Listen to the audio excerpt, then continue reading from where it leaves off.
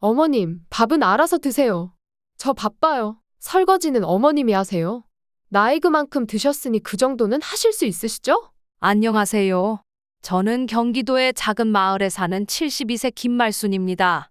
다리가 불편해 걸음이 느리고 집안일을 처리하기도 힘든 몸이지만 젊었을 때부터 부지런히 살아왔기에 매일을 성실히 보내려 애쓰고 있습니다.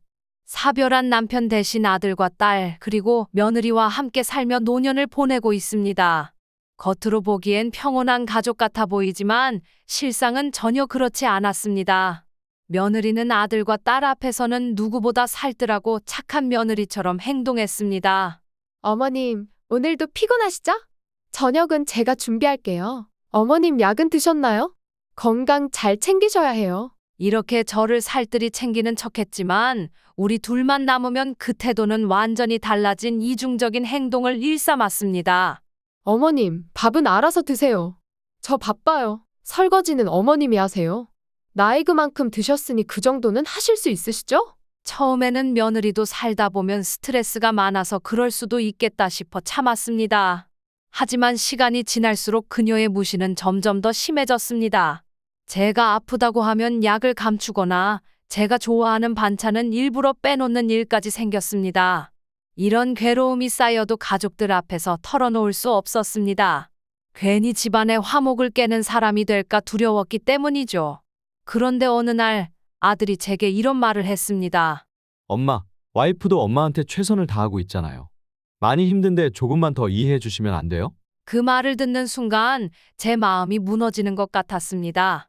제가 참아온 고통이 오히려 저를 힘든 사람으로 몰아가는 상황이 된 겁니다. 딸도 한마디 거들면서 며느리 편을 드는 말을 했습니다. 엄마, 올케도 참 힘든데 너무 엄격하게 대하시는 것 같아요. 우리 올케 같은 며느리가 또 어디 있다고. 며느리는 가족들 앞에서는 마치 저를 위해 모든 걸 헌신하는 듯 행동하며 저를 나쁜 사람으로 몰아갔습니다. 저는 억울했지만 가족들에게 말해봤자 믿어주지 않을 것 같아 더 이상 말하지 못했습니다.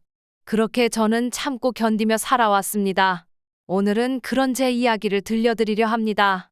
겉으로는 평온해 보이는 가족의 이면에서 벌어지는 갈등과 그로 인한 제 고통에 대한 이야기입니다. 이야기 시작 전 구독과 좋아요는 큰 힘이 됩니다. 자, 그럼 시작하겠습니다. 안녕하세요. 저는 경기도의 작은 시골 마을에서 살고 있는 72세 김말순입니다. 제가 사는 곳은 남편과 30년 넘게 함께 가꾸어 온 단층집입니다. 집 앞에는 작은 마당과 텃밭이 있고 옆집과는 담 하나를 사이에 둔 아늑한 곳이에요. 하지만 남편이 세상을 떠난 뒤로는 이 집이 점점 쓸쓸하고 무겁게 느껴졌습니다. 남편은 참 성실한 사람이었습니다. 젊었을 때는 건설 현장에서 하루 종일 일하고도 돌아오면 농사일까지 하던 사람이었죠. 저희는 가진 것 없는 가난한 삶 속에서도 서로를 의지하며 살았습니다. 남편은 자주 이렇게 말했어요. 말순아, 우리 자식들만큼은 너처럼 고생하지 않게 해줘야지. 그는 이 말을 지키기 위해 정말 열심히 일했습니다. 그의 희생 덕분에 아들과 딸은 대학을 졸업하고 각자 사회에 나가 자리 잡을 수 있었죠. 특히 아들은 좋은 직장에 들어가 저희 부부의 자랑거리였습니다. 딸은 결혼 후 시댁이 있는 대도시로 떠났지만 그래도 자주 연락하며 저를 걱정해주는 따뜻한 아이입니다. 하지만 행복했던 나날은 오래가지 않았습니다. 남편이 갑작스러운 병으로 세상을 떠난 후 저의 삶은 완전히 달라졌습니다. 남편이 세상을 떠난 후 얼마 지나지 않아 아들과 며느리가 이 집으로 들어오게 되었습니다. 처음엔 마음이 든든했어요. 며느리는 아들과 함께 온 날 이렇게 말했습니다. 어머님, 저희가 이제 어머님 곁에서 모시겠습니다. 앞으로는 걱정 마세요. 어머님, 건강도 챙기셔야죠. 집안일은 제가 다 할 테니 편히 쉬세요. 그 말에 눈물이 날 뻔했습니다. 남편이 없는 빈자리를 채워주는 것 같아 마음 한편이 따뜻해졌습니다. 하지만 그런 평화는 얼마 가지 않아 깨지고 말았습니다. 며느리는 가족들 앞에서는 제게 친절하고 살뜰하게 굴었지만 우리 둘만 남으면 전혀 다른 사람이 되었습니다. 처음엔 사소한 일로 시작됐습니다. 어머님, 이건 제가 할 테니 그냥 가만히 앉아 계세요. 어머님, 건강을 위해 이런 건 드시면 안 돼요. 처음엔 그런 행동이 저를 걱정해서 하는 말인 줄 알았지만 점점 제 삶의 자유를 빼앗는 듯한 느낌이 들었습니다. 시간이 지날수록 그녀의 행동은 점점 더 노골적으로 변했습니다. 어머님, 밥 정도는 알아서 챙겨 드세요. 저도 할 일 많고 바쁘거든요. 어머님, 설거지 정도는 알아서 하셔야죠. 어차피 집에만 하루 종일 할 일도 없으시잖아요. 며느리는 저를 서서히 무시하기 시작했고 제가 느끼는 괴로움은 깊어졌습니다. 더 심각한 문제는 며느리가 가족들 앞에서 저를 괴롭히는 모습을 완벽히 숨기며 착한 며느리인 척했다는 겁니다. 아들은 며느리가 내뱉는 불평을 듣고 이렇게 말했습니다. 엄마, 와이프도 회사 일로 많이 힘든데 조금만 이해해 주시면 안 돼요? 그 말을 듣는 순간 제 마음이 찢어지는 것 같았습니다. 제가 겪고 있는 일을 얘기하고 싶었지만 괜히 집안에 분란만 생길까 두려워 입을 닫았습니다. 딸도 며느리의 행동을 모르고 이렇게 말했습니다. 엄마, 올케도 참 힘든 사람인데 너무 엄격하게 대하시는 것 같아요. 우리 올케 같은 며느리가 또 어디 있다고. 심지어 며느리는 아들이 없는 틈을 타 제 물건에 손대기도 했습니다. 하루는 서랍을 뒤지며 제게 이렇게 말했습니다. 어머님, 돈은 어디다 두셨어요? 이런 건 제가 관리하는 게 나을 것 같아요. 이런 일이 반복되며 저는 점점 며느리가 두려워졌습니다. 하지만 그것이 끝이 아니었습니다. 며느리는 아들에게 제가 이상한 행동을 한다고 슬며시 말했습니다. 어머님이 요즘 자꾸 중얼거리시고 뭘 숨기시는 것 같아요. 제가 걱정돼서 그래요. 아들은 그런 며느리의 말을 믿고 저를 의심하기 시작했습니다. 엄마, 와이프가 걱정하는데 무슨 일이 있으세요? 요즘 좀 이상하세요. 이런 상황에서 저는 그저 입을 다물고 버티는 것밖에 할 수 없었습니다. 남편이 떠난 지 1년이 지나면서 집안의 분위기는 점점 어두워졌습니다. 겉으로는 평온해 보였지만 며느리와 단둘이 있는 시간이 많아질수록 저는 괴로움을 견디기 힘들었습니다. 어느 날 아침 며느리가 불쑥 제 방문을 열며 말했습니다. 어머님, 지금 뭐 하세요? 밥은 챙겨 드셨어요? 깜짝 놀라 고개를 들었지만 그녀는 제가 무슨 잘못이라도 한 것처럼 흘겨보았습니다. 아무리 연세가 있으셔도 밥은 직접 챙겨 드셔야죠. 저도 바쁜데. 내가 왜 이런 대접을 받아야 하나. 속으로는 화가 났지만 한숨을 쉬며 자리를 떴습니다. 며느리는 아들이 퇴근하고 집에 들어오는 시간만 되면 태도를 바꿔 행동했습니다. 여보, 어머님 오늘도 하루 종일 텃밭 가꾸시고 얼마나 열심히 하셨는지 몰라요. 저녁은 제가 준비했어요. 어머님은 좀 쉬라고 했거든요. 아들은 그런 며느리를 바라보며 웃으며 말했습니다. 우리 집안 살림꾼은 당신이야. 신경 써줘서 너무 고마워. 그 대화를 들으니 제 속이 부글부글 끓었지만 아무 말도 할 수 없었습니다. 아들이 며느리를 믿고 의지하는 모습이 너무 분명했기 때문입니다. 며느리의 태도는 시간이 갈수록 더욱 극단적으로 변했습니다. 제가 쓰던 방의 물건들이 사라지는 일이 자주 있었고 반찬은 늘 며느리와 아들의 몫으로 나뉘어 있었습니다. 하루는 텃밭에서 일을 하던 중 다리가 저려 주저앉았습니다. 집안에서 며느리가 전화를 걸며 웃는 소리가 들려왔습니다. 어머님요, 지금 텃밭에서 쉬고 계세요. 요즘 많이 편해 보이세요. 그 말을 듣는 순간 참아왔던 눈물이 왈칵 쏟아졌습니다. 집에 들어오니 이번에는 제가 늘 쓰던 지팡이가 보이지 않았습니다. 방안을 샅샅이 뒤져도 찾을 수 없어 며느리에게 물었습니다. 혹시 지팡이 본 적 있니? 방에 두었는데 없어졌구나. 어머님, 물건은 썼으면 제자리에 두셔야죠. 제가 이제 어머니 지팡이까지 신경 써야 하나요? 며느리의 그 뻔뻔한 태도에 더 묻고 싶지도 않았습니다. 며칠 뒤 지팡이는 창고 구석에서 먼지가 쌓인 채 발견되었습니다. 며칠 뒤 늘 복용하던 혈압약을 먹으려던 저는 약봉지 안에 들어있는 알약이 원래 먹던 것과 다르다는 것을 알아챘습니다. 병원을 찾아가 약사에게 확인해 보니 제가 처방받은 약이 아니었습니다. 집에 돌아온 뒤 며느리에게 물었지만 그녀는 눈도 깜빡하지 않고 대답했습니다. 어머님, 그런 일에 제가 왜 손대겠어요? 병원에서 잘못 받아오신 거 아니에요? 그날 밤 저는 그녀가 나의 재산을 빨리 가로채려고 일부러 약을 바꿨을 가능성을 떠올리며 소름이 돋았습니다. 며느리는 거짓말로 저를 고립시키려 했습니다. 저녁 식사 자리에서 그녀는 아들에게 말했습니다. 여보, 어머님이 요즘 이상해요. 밥도 제대로 안 드시고 자꾸 중얼중얼거리세요. 아들은 걱정스러운 표정을 지으며 물었습니다. 어머니, 무슨 일 있으세요? 요즘 좀 피곤해 보이세요. 억울함에 가슴이 답답했지만 저는 억지로 미소를 지으며 대답했습니다. 괜찮다. 너희가 날 위해 걱정해 준 것만으로도 충분하다. 그러나 며느리는 계속해서 저를 몰아붙였습니다. 어머님, 저희가 걱정돼서 드리는 말씀인데요. 건강 관리를 더 신경 쓰셔야 해요. 저희도 바쁜데 어머님까지 아프시면 안 되잖아요. 그녀의 말에 더 이상 무슨 말을 해야 할지 몰라 고개를 떨궜습니다. 며느리의 행동은 시간이 갈수록 더 대담해졌습니다. 이제는 단순히 저를 무시하는 것을 넘어 제 일상 자체를 흔드는 일이 빈번해졌습니다. 어느 날 손주의 생일을 맞아 케이크와 선물을 준비했습니다. 손주는 제가 가장 사랑하는 가족이었고 며느리가 이런 제 마음을 잘 알고 있었습니다. 그런데 생일 당일 아들과 며느리가 손주와 함께 외출하면서 저를 집에 남겨둔 채 하루 종일 돌아오지 않았습니다. 저녁이 되어서야 아들이 돌아와 멋쩍게 씩 웃으며 말했습니다. 어머니, 오늘은 친구들과 약속이 있어서 손주 생일은 밖에서 간단히 했어요. 다음 생신 때 챙길게요. 며느리는 제 눈을 피하며 조용히 방으로 들어갔습니다. 케이크와 선물을 바라보며 저는 밤새도록 잠을 이루지 못했습니다. 며느리는 점점 더 교묘하게 저를 몰아세웠습니다. 며칠 후 아들은 퇴근하자마자 저를 불러 앉혔습니다. 엄마 와이프 말이 맞아요. 와이프에게 심한 말씀을 하셨다고 들었는데. 저는 너무 당황스러웠습니다. 그날 며느리와 단둘이 대화한 적조차 없었기 때문입니다. 나는 그런 말을 한 적이 없다. 대체 무슨 말을 들었니? 하지만 아들은 며느리를 완전히 믿는 듯 보였습니다. 엄마가 요즘 스트레스를 많이 받으시는 것 같아요. 쉬면서 마음 편히 생각해 보세요. 며느리는 문 뒤에서 대화를 엿듣고 있었는지 갑자기 등장해 눈물을 글썽이며 말했습니다.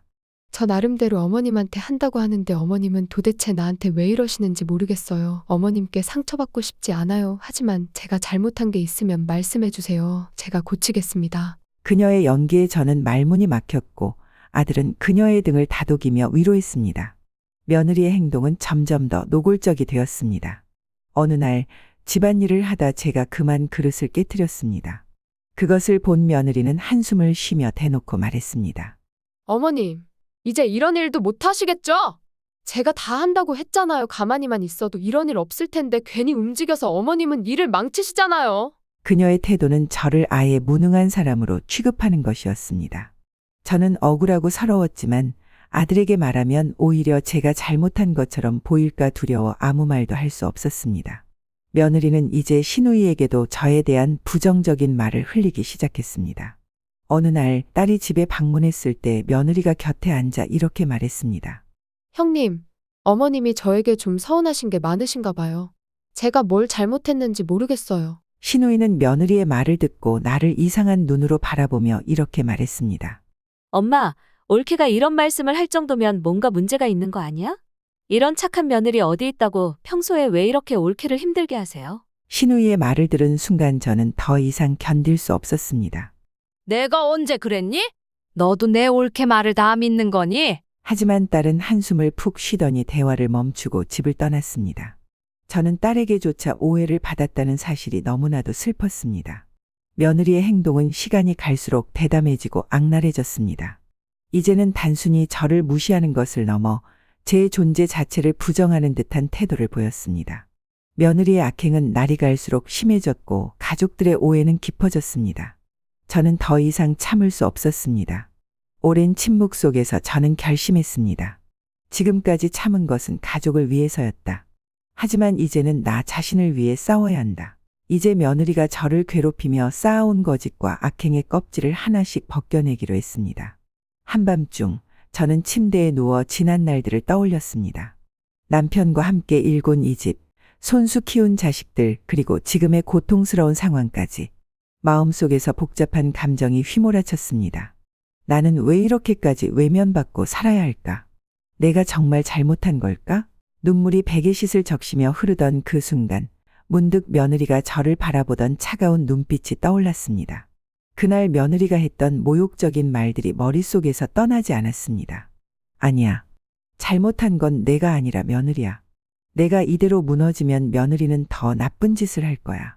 저는 이불을 걷어차고 자리에서 일어났습니다. 저는 작은 수첩을 꺼내 책상에 앉았습니다. 그동안 당했던 일들을 떠올리며 하나씩 적어 내려갔습니다. 7월 10일 약이 바뀌어 있었다. 며느리는 부인했지만 내 기억은 분명하다.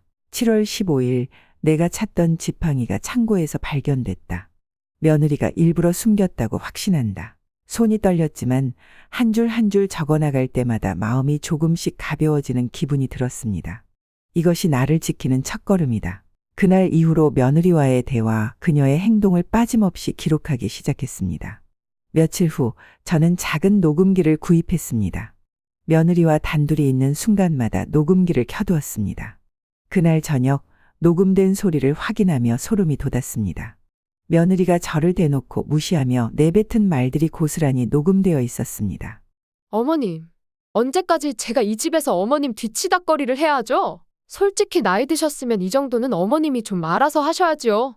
나도 바쁜 사람인데. 손이 떨렸지만 동시에 묘한 안도감이 들었습니다. 이제 아무도 내 말을 믿지 않는다고 하더라도 이 소리들은 진실을 증명할 것이다. 증거를 어느 정도 모은 후 저는 용기를 내어 동네 법률 상담소를 찾아갔습니다. 작은 가방에는 녹음 파일이 저장된 USB와 몰래 찍은 사진이 들어 있었습니다. 상담사는 제 이야기를 진지하게 들은 뒤 말했습니다. 어머님, 증거가 명확하네요. 이 정도면 법적으로도 대응할 수 있습니다. 며느리의 행동은 명백히 학대에 해당합니다. 그 말을 듣는 순간 제 마음속에 희망이 피어났습니다. 이제라도 싸울 수 있다는 사실만으로도 충분하다. 며칠 뒤 저는 딸을 조용히 불러냈습니다. 처음에는 며느리의 말을 믿고 저를 의심하던 딸도 녹음 파일을 들려주자 얼굴빛이 창백하게 변했습니다. 엄마, 이게 진짜예요? 올케가 진짜 이런 말을 했다고요? 제대로 미쳤네. 저는 고개를 끄덕이며 눈물을 글썽였습니다. 이제라도 알았다면 다행이다. 네가 나를 믿어준다면 나도 더 힘을 낼 수 있을 것 같다. 딸은 저의 손을 꼭 잡아주며 말했습니다. 엄마, 이제부터라도 제가 도울게요. 절대 올케가 이대로 계속하진 못하게 가만히 안 둘 거예요. 딸의 지지와 제가 모은 증거들로 저는 며느리의 맞서기로 굳은 결심했습니다.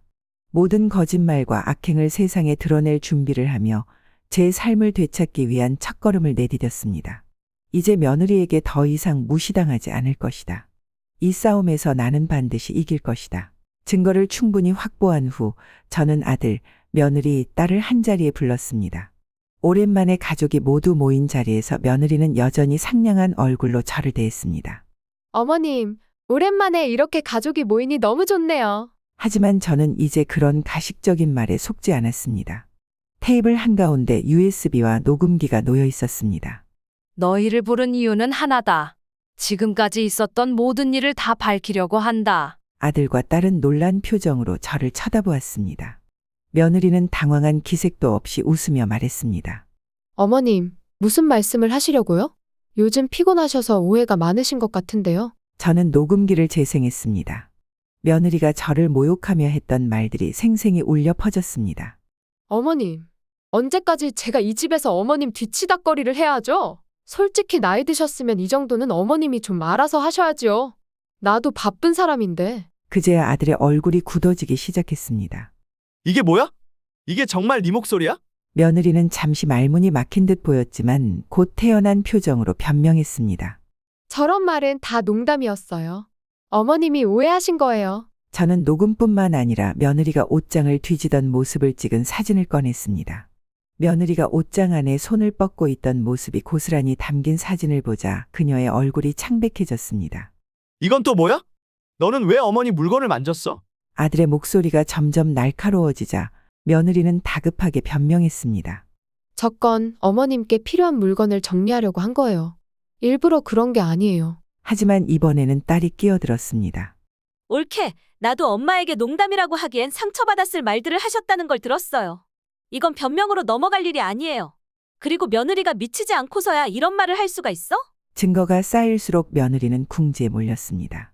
제가 보여준 문자 메시지와 녹음 내용 그리고 사진들은 며느리의 행동을 명백히 드러내는 증거였습니다. 아들은 고개를 숙이고 손으로 이마를 짚으며 말했습니다. 도대체 왜 그랬어?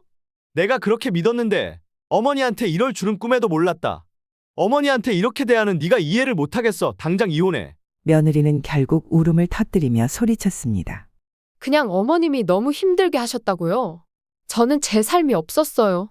모든 걸 어머님 중심으로 맞춰야 했다고요. 그 말에 저는 차분히 대답했습니다.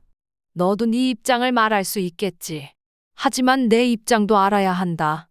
나는 너에게 정말 잘해주려고 했어. 그런데 네가 이렇게 나를 몰아세운 걸 이해할 수 없다. 딸은 며느리의 말을 듣고 눈물을 글썽이며 제 편에 섰습니다. 옳게 그 더러운 새치 혀바닥으로 거짓말 그만하고 이제 그만 인정하세요. 어머님은 우리를 위해 평생 헌신하신 분이에요. 그렇게까지 하실 이유가 없었잖아요. 며느리는 더 이상 변명할 말이 없는 듯 고개를 숙이고 조용히 눈물을 흘렸습니다. 가족회의가 끝난 후 아들은 며칠간 고민한 끝에 저를 찾아와 사과했습니다. 어머니, 정말 죄송합니다. 제가 너무 무심했던 것 같아요. 이제 어머니를 위해 제가 할 수 있는 모든 걸 다 하겠습니다. 저는 아들을 보며 마음이 복잡했습니다. 너도 며느리도 내 가족이다. 하지만 이번만큼은 용서하기가 쉽지 않을 것 같다. 며느리는 그날 이후 완전히 다른 사람이 되었습니다. 집안일을 자발적으로 도왔고 저에게 먼저 다가와 대화를 시도했습니다.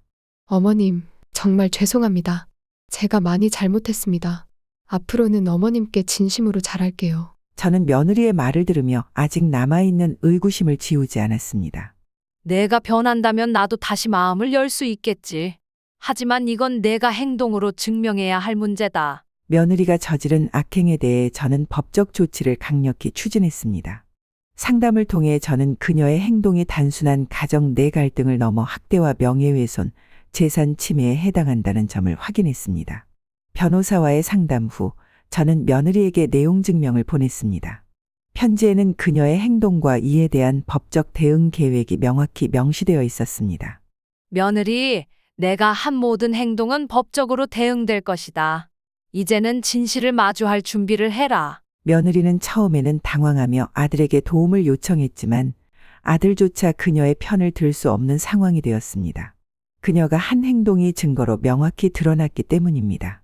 소송이 시작되었을 때 며느리는 자신을 방어하려 했지만 법정에서 제시된 증거들 앞에서 무력했습니다. 녹음 파일, 문자 메시지, 사진들은 그녀가 저를 지속적으로 괴롭히고 모욕했다는 사실을 여실히 보여주었습니다. 피고는 원고를 향해 지속적인 모욕적 언행과 학대를 가했습니다. 또한 원고의 재산과 소유물에 부당하게 개입한 점이 명백히 확인되었습니다. 판사는 며느리가 저희 이름으로 된 재산 일부를 관리하는 척하며 이권을 노렸던 점에 대해 특히 심각하게 받아들였습니다. 피고는 원고의 재산을 임의로 조작하거나 사용하려는 시도를 하였으며 이는 법적으로 엄중히 처벌받아야 할 행위입니다. 며느리는 법정에서 억울하다고 소리쳤지만 그녀의 말은 누구에게도 통하지 않았습니다. 판결은 제가 승소하는 방향으로 나왔습니다. 며느리는 다음과 같은 처벌과 의무를 부여받았습니다. 며느리가 제 이름으로 된 재산에 부당하게 개입한 점과 약을 바꿔치기해서 건강을 악화시키려는 점이 폭력으로 인정되어 1억 원 상당의 손해배상을 지급하도록 명령받았습니다. 며느리가 저에 대해 퍼뜨린 거짓말로 인해 명예훼손 혐의가 인정되었고 2년간의 집행유예와 200시간의 사회봉사 명령이 내려졌습니다. 며느리는 앞으로 3년간 저와 제 거주지에 접근할 수 없도록 접근 금지 명령까지 받았습니다. 판결이 내려지는 순간 법정은 조용해졌습니다. 며느리는 울며 판사에게 호소했지만 판사는 단호히 말했습니다. 피고는 자신의 행동에 책임을 져야 합니다. 이 판결은 원고의 권리를 보호하기 위한 것입니다. 판결 이후 며느리는 제가 살고 있는 집에서 퇴거 조치를 당했습니다. 그녀는 법적 의무를 이행하기 위해 직장과 가족들에게 모든 사실을 공개해야 했습니다. 어머님, 제가 잘못했어요. 제발 이 판결만은 막아주세요. 하지만 저는 그녀의 눈물에 흔들리지 않았습니다. 이건 네가 책임져야 할 몫이다. 나는 이미 너에게 충분히 참아줬다. 며느리는 이 사건 이후 회사에서도 신뢰를 잃고 직장에서 해고당했으며 사회적으로도 평판이 크게 손상되었습니다. 법적 승리를 거둔 후 저는 오랜만에 평화로운 삶을 되찾았습니다. 이제는 며느리의 방해 없이 제 이름으로 된 재산과 집을 온전히 관리할 수 있었습니다. 딸은 저를 찾아와 말했습니다. 엄마, 이제 다른 걱정은 하지 마세요. 제가 엄마를 끝까지 도울게요. 저는 딸의 손을 꼭 잡고 웃었습니다. 이제야 내 삶을 되찾은 것 같다. 더 이상 누구도 나를 흔들지 못할 거야. 며느리가 떠난 뒤 저는 지역 봉사 활동에 참여하며 새로운 목표를 찾았습니다. 아들도 제게 진심으로 사과하며 가족의 유대감을 회복하기 위해 노력했습니다. 엄마, 그동안 너무 죄송했습니다. 이제부터는 엄마 곁에서 제대로 도와드릴게요. 며느리가 떠난 뒤 집안에는 오랜만에 평화가 찾아왔습니다. 텅 빈 방을 바라보며 저는 오랫동안 눌러왔던 한숨을 내쉬었습니다. 이제야 고요해졌구나. 내가 지키고 싶은 이 집이 드디어 내 것이 된 것 같아. 아들은 저를 찾아와 다시 한번 진심으로 사과했습니다. 엄마, 그동안 너무 죄송했습니다. 제가 너무 어리석었어요. 이제부터는 제가 엄마를 지키겠습니다. 아들의 눈빛에는 진심이 담겨 있었고 저는 아들의 말을 믿기로 했습니다. 내가 받은 상처는 시간이 지나야 아물겠지만 네가 이렇게 노력한다면 우리 가족은 다시 회복될 거야. 그 후로 저는 딸과 함께 지역 봉사활동에 참여하기 시작했습니다. 오랜 고통을 겪은 제가 다른 사람들에게 도움을 주는 일은 큰 위로가 되었습니다. 봉사활동 중 만난 이웃들은 저를 따뜻하게 맞아주며 말했습니다. 어머님, 이제는 마음 편히 지내세요. 저희도 항상 어머님을 응원할게요. 딸은 제 곁에서 밝게 웃으며 말했습니다. 엄마, 저희가 함께하니까 이제는 걱정하지 말아요. 앞으로는 제가 엄마 옆에 있을게요. 매주 정해진 날이면 저는 딸과 이웃들과 함께 나누는 시간 속에서 행복을 느꼈습니다. 아들은 매주 집에 들러 집안일을 돕고 제 곁에서 시간을 보냈습니다. 며느리와의 갈등으로 한때 멀어졌던 우리 가족은 점차 다시 가까워졌습니다. 어느 날 손주가 집에 놀러 왔을 때 저는 손주에게 떡을 만들어주며 웃었습니다. 할머니가 직접 만든 떡이야. 우리 손주가 좋아할 거라고 믿어. 손주는 고개를 끄덕이며 떡을 한 입 베어 물었고 환한 미소를 지었습니다. 할머니, 너무 맛있어요. 다음에 또 만들어주세요. 그 말을 들으며 저는 그동안의 고통이 모두 사라지는 듯한 기분을 느꼈습니다. 며느리는 판결 이후 접근 금지 명령으로 인해 더 이상 저를 괴롭히지 않았습니다. 하지만 그녀는 딸을 통해 간간히 사과의 말을 전해왔습니다. 어머님께 정말 잘못했어요. 제가 왜 그랬는지 모르겠어요. 앞으로는 정말 다르게 살겠습니다. 저는 그녀의 말을 듣고 속으로 생각했습니다. 변화를 보여주는 건 말이 아니라 행동이다. 내가 어떻게 살든 이제 나는 나만의 삶을 살 것이다. 이제 저는 과거의 상처를 뒤로하고 새로운 삶을 살고 있습니다. 이번 사건을 통해 저는 깨달았습니다. 누구도 나를 대신해 내 삶을 지켜줄 수 없다. 내가 나 자신을 지키지 않으면 아무도 지켜주지 않는다. 저는 인터넷에 제 이야기를 올려 사람들과 나누기 시작했습니다. 댓글로 많은 이들이 공감과 위로의 메시지를 보냈습니다. 어머님 이야기가 저에게 큰 힘이 되었습니다. 저도 용기를 내어 제 삶을 지켜내겠습니다. 이러한 메시지들은 저를 더욱 강하게 만들었습니다. 그날 밤 저는 집 마당에서 밤하늘을 바라보며 조용히 속삭였습니다. 이제는 나를 위해 살 것이다. 누구도 나를 무너뜨릴 수 없다. 앞으로의 날들은 오로지 내 것이다. 딸과 함께 웃으며 새로운 길을 나서는 저의 모습은 과거의 상처를 완전히 털어내고 있었습니다. 이렇게 며느리의 이중적인 모습과 악랄함은 시어머니의 시원한 복수로 끝이 났습니다. 장시간 시청해 주셔서 감사합니다.